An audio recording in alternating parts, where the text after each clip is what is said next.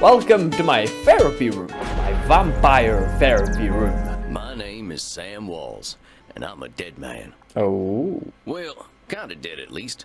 See, I'm a vampire. He sounds Now, American. if you think that means all that Dracula hooey, like hissing, wearing skin-tight leather, and hunting mortals for sport, I wouldn't blame you one bit. So what do you do instead, huh? That's exactly the sort of thing I did in my younger years with Yeah. my former gang. And let me tell you, a vampire who's good with a gun can be a real terror.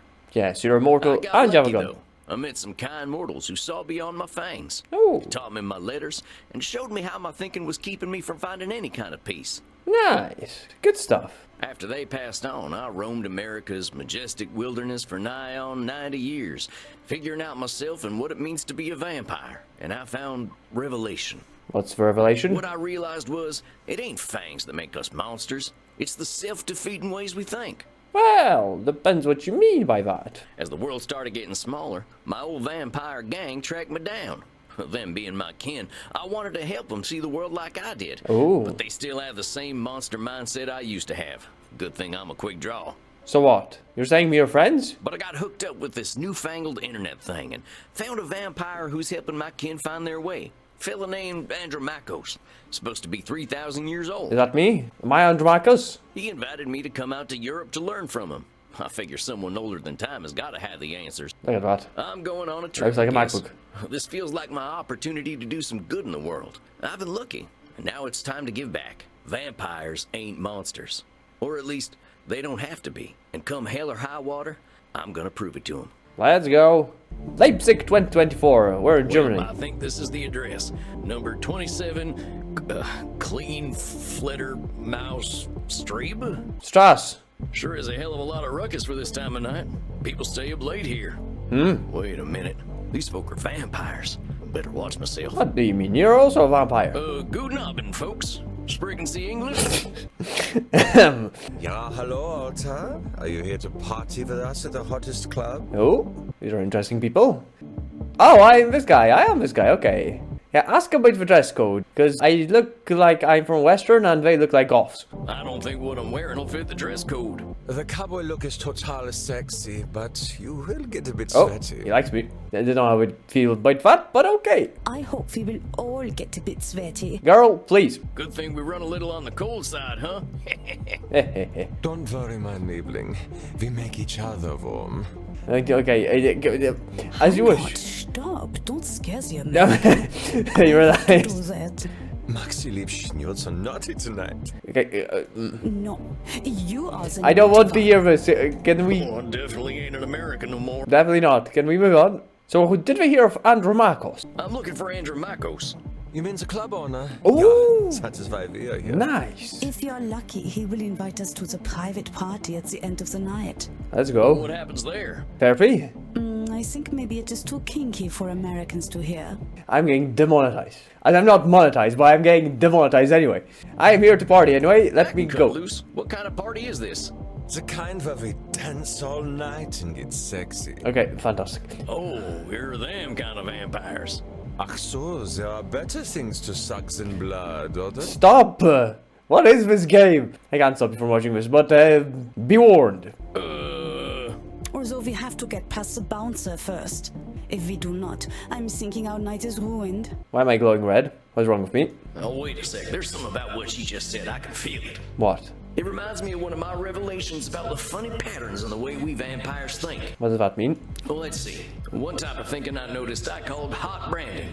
That's when we brand ourselves with names we can't get rid of. Okay, sounds like branding cows, but I guess we are cowboys. So, metaphor makes sense.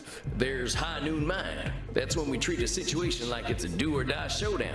Oh, these are concepts, okay. We're just making them relate to the cowboys' ways.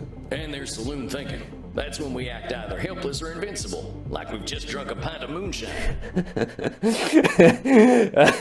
Sure, fine. The only place to be high noon mind. Amigos, you're putting too much weight on this thing. Found your first cause of It's a distortion. nightclub, Let's go. not a high noon showdown. The night's full of possibilities. Yeah, we can do other things. As I know I want to do other things with them, but we can't. Reinhardt, I don't know what this means, but I like the way the sexy Oh. American talks. She likes me. You make us think that maybe it is better we haven't gotten into the club, because we are now meeting you.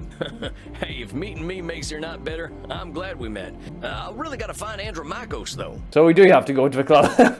You have to get past the bouncer. He decides who gets in and who doesn't. And he hasn't looked our way all night. Maybe it's because you look like you'll kill everyone inside, but I'm not sure. Maybe I'll have a little word with him. Excuse Oh. me, friend. I hear you're the man to talk to around these parts. He looks no better.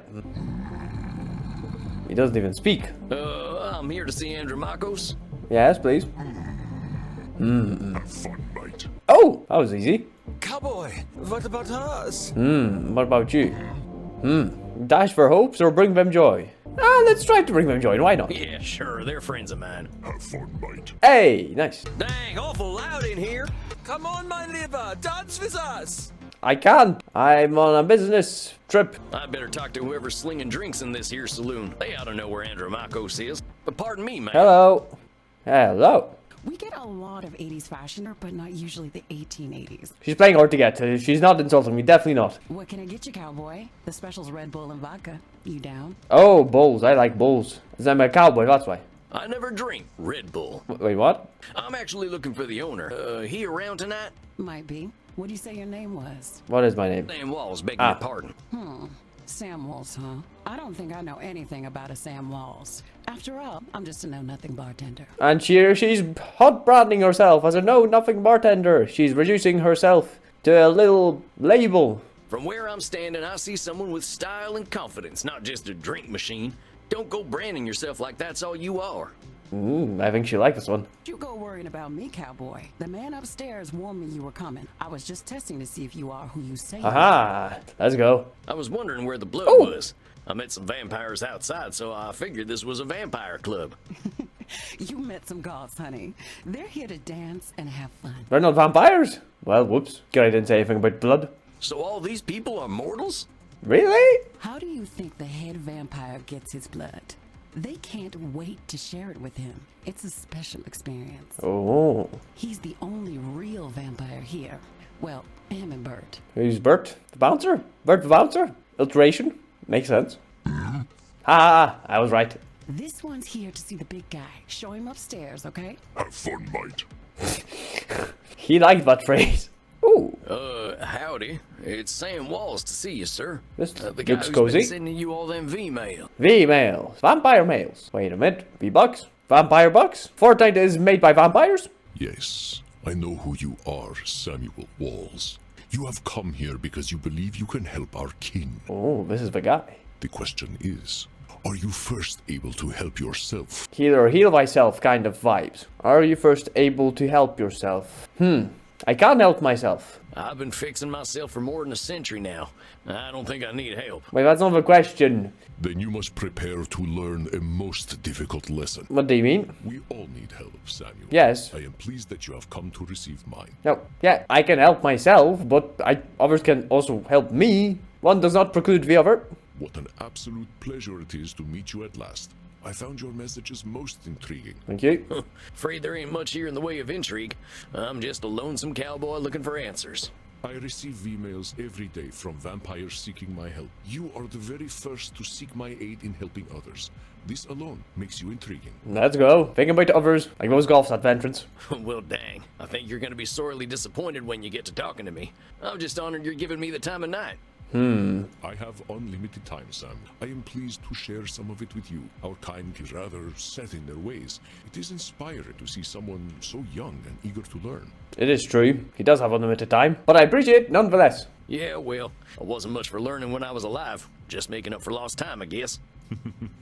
It sounds as though you have been handling your own life better than most. I was particularly intrigued by these revelations you had while walking in nature. Oh, yeah, them. Well, I give walking the credit. Nothing sorts my thoughts out better. After a few decades, I started seeing patterns in the way we vampires think. Can you explain some of these patterns? Of course I can. See, we tend to assume certain things just because we've been believing them since we were alive. Or we decide the world's against us just because we're hungry or tired or something. Yes. And when we start tackling problems that ain't real, we ain't fixing our real problem. That make any kind of sense? I hope it does. Fascinating, Samuel. These revelations that you had in the woods, mortal psychologists have a term for them. They are called cognitive distortions. Bada bing, bada boom, we're learning something. Cognitive whoozy what now? Cognitive distortion. They are exactly as you described them. I will explain in a moment. Please, tell me about these specific revelations you had. No problem. First of all, hard branding. See, I used to be in a gang. They were my whole existence. If you asked me who I was, I would have said, I'm a murdering bastard. Once I got away, I realized how small-minded that was. I was Sam before I was a murdering bastard, but that's how I was choosing to brand myself. My old gang's still around, and they're still branding themselves like that. They can't see themselves as anything but killers. And if they believe they're killers, then they must act like killers. Else the label is nonsensical. Very astute, Samuel. Oh. I favor the clinical term, however, which is labeling. Ah, look, the thing changed. You correctly discovered that labeling is a reductive act. When we call ourselves names, even if we find them accurate, we create prophecies we are doomed to fulfill. Yeah, we do. For millennia, I thought of myself as a killer. It was not untrue that killing was how I made my way in the world. I was an unstoppable warrior and assassin. But with this label, I limited myself for ages. I did not only kill people, I also killed potential aspirations I might have had. See whether you can catch me doing some labeling in my next few statements. I am so old, I am ancient. That labeling? Oh, come on. I know you've been kicking around a long time, but don't go labeling yourself as ancient. Am I right? I think I'm right. But according to definition, I am ancient. It Wait. is not a label, but a specific classification of my age. Well, it depends where you set the bounds of ancient and young and whatever the hell else. Well, you look pretty good for being ancient then. There we go. The secret is moisturizer. But let us continue. Call me whatever you like, but don't call me late for dinner. What? That's nothing. How shall I describe myself? Yes, I am a mass murderer. Well, is it a technical term or not? It depends if we define mass murder absolutely or relatively. Let's try labeling. Well, that's about as clear a labeling as it gets. Okay, fair, Yeah, whatever. we vampires tend to do a lot of killing, but reducing ourselves to killers ain't doing us any favors. Excellent, Samuel. Okay. You are correct. Fair enough. Labels can be cages that we lock ourselves in. I was a mere murderer for most of my existence because that is how I labeled myself. Yeah, I did the same thing. Sam Walls, murderer, reprobate, and good for nothing. Those are not how I would describe the Sam Walls I see before me. Nah, we've only been talking 5 minutes. Give me some time. Did you have more revelations to tell me about? Sure. High noon mind. Well, I noticed how we stress ourselves out by making everything a battle of do-or-die absolutes. High noon mind, I call it. Like that feeling you get right before a big shootout. I must confess I have no experience with this feeling. I engaged in mortal combat long before the age of gunpowder. But the sentiment you describe mirrors the words of my old friend Marcus Aurelius. He was friendly with Marcus Aurelius. He's even using a nickname with him. Marky. He used to say that the magnitude of life's challenges often turn us into our worst selves. You mean Marcus Aurelius, the Roman emperor? Yeah, Marky. Of course, his name was Marcus. Marky was a bedroom name. I guess we were more than friends, man. You mean you and the emperor were... Sleeping together. But just sleeping. It was cold. Wintertime. It was ancient Rome. Penetration was similar to a handshake. Or maybe not. My apologies. I somehow forgot you were Ah. American. But let us discuss this high noon mind. I believe we can broaden your definition. Mortal psychologists call this phenomenon of binary thought polarized thinking, but I like to call it Nosferatu thinking. I actually don't know who Nosferatu was. I know he was a vampire, but that's about it. Nosferatu thinking? It means you are thinking in black and white. Ah, because the movies were in black and white. I get it. That's pretty funny. I believe it encompasses the breadth of the distortion. One is not flatly weak or strong, good or evil, smart or stupid, a success or a failure. The truth is far more complex and colorful. It's a very interesting game, you know? You learn something. Not every high noon gunfight ends in oblivion, correct? But yeah, that's true. Getting shot still ain't fun, but it ain't the end neither. A perfect example, Samuel. Now, try to catch me using Nosferatu thinking. Okay, black and white. I will give you a series of statements. One of them will contain Nosferatu thinking. I will repeat them if you miss it. I am a master at these distortions. I would never get them wrong. If I do not drink blood, I will surely die. Well, I don't know. It depends how vampires are in this game. Death eventually comes for us all. That's true, but not true, but... Mortals will always fear our kind. Now that's black and white thinking. That's Nosferatu thinking right there. I've met mortals who knew who I was and weren't scared. There we go. Very good, Samuel. And even if you hadn't, to say mortals will always fear us ends any hope that they might not. Yes, always is a dangerous word. Always is such a terminal word, is it not? That's what I said. Would you like to discuss more of your revelations with me? Yes, I have one more. I realize that as vampires, we can get feeling of the power that comes with immortality and strength, but then we get hopeless and aimless over time. It's kind of like the fella you see in the saloon at the bottom of a bottle of whiskey. Either he thinks he can fight everyone, or he's crying into them last drops because he thinks life's hopeless. It's saloon thinking. Two extremes that probably ain't true. A fascinating observation, Samuel. Your saloon thinking was described in my time as the battle between hubris and nemesis, the twin excesses of arrogance and self-pity. Self-pity. Oh man, it make me wish I'd gotten some schooling. Maybe I would have figured this stuff out earlier. Possibly. Mortal psychologists call this phenomenon you have described a control fallacy. Rarely do we have complete power over our situations or no power at all. We create this illusion that stops us from attempting to change our perceived situations. Very interesting. Of course, I am so old and powerful that I am always in control. He's smiling. He's egging me on to call him out here. I am always in control. That's a control fallacy. Well, you're testing me, ain't you? That's a control fallacy right there. Bada bing, bada boom. Well done, Samuel. Thank you. I am indeed very powerful. The cosmos holds no awareness of Andromachos. Of course, as you expertly pointed out with your analogy about the man at the bottom of a whiskey bottle, a control fallacy can be positive or negative. Listen to my next few statements and try to find a control fallacy. Simply let me continue if you do not detect one. The sun will eventually burn out. I will roam a cold, dead earth, and there is little I can do about it. Well, that's true. That's not a fallacy. My kitty cat died. I shall be lonely forever. Well, you can do something about it. No. Can you, cat? I'm sorry about your sweet kitty, but you can always pick up a new one. Or there's lots of them just waiting for a loving home, so you don't need to be lonely. It was just an example, Samuel. Well spotted, but I do speak from experience. I felt this way once when a pharaoh I was dating had our cat mummified. Mummified cat. Huh? That's funny. I went into a murderous depression that nearly decimated the continent. That's but a bit I had the power to help myself all along by adopting a new friend in need of a home. excessive. No? But, I don't know. Never had a cat. Samuel, now I am not only intrigued by you, but also impressed. Let's I go. would very much like to teach you my ways. He likes me. But I must demand something of you first. What, my blood? Anything. I'm here to learn. You must receive therapy yourself. I will not have you seeing clients without a commitment to your own mental health. Okay, whatever. Fine. Oh, now, hold on just a minute. I don't know that I need therapy. I'm feeling pretty good about myself these days. Samuel, we all need therapy to live in this world.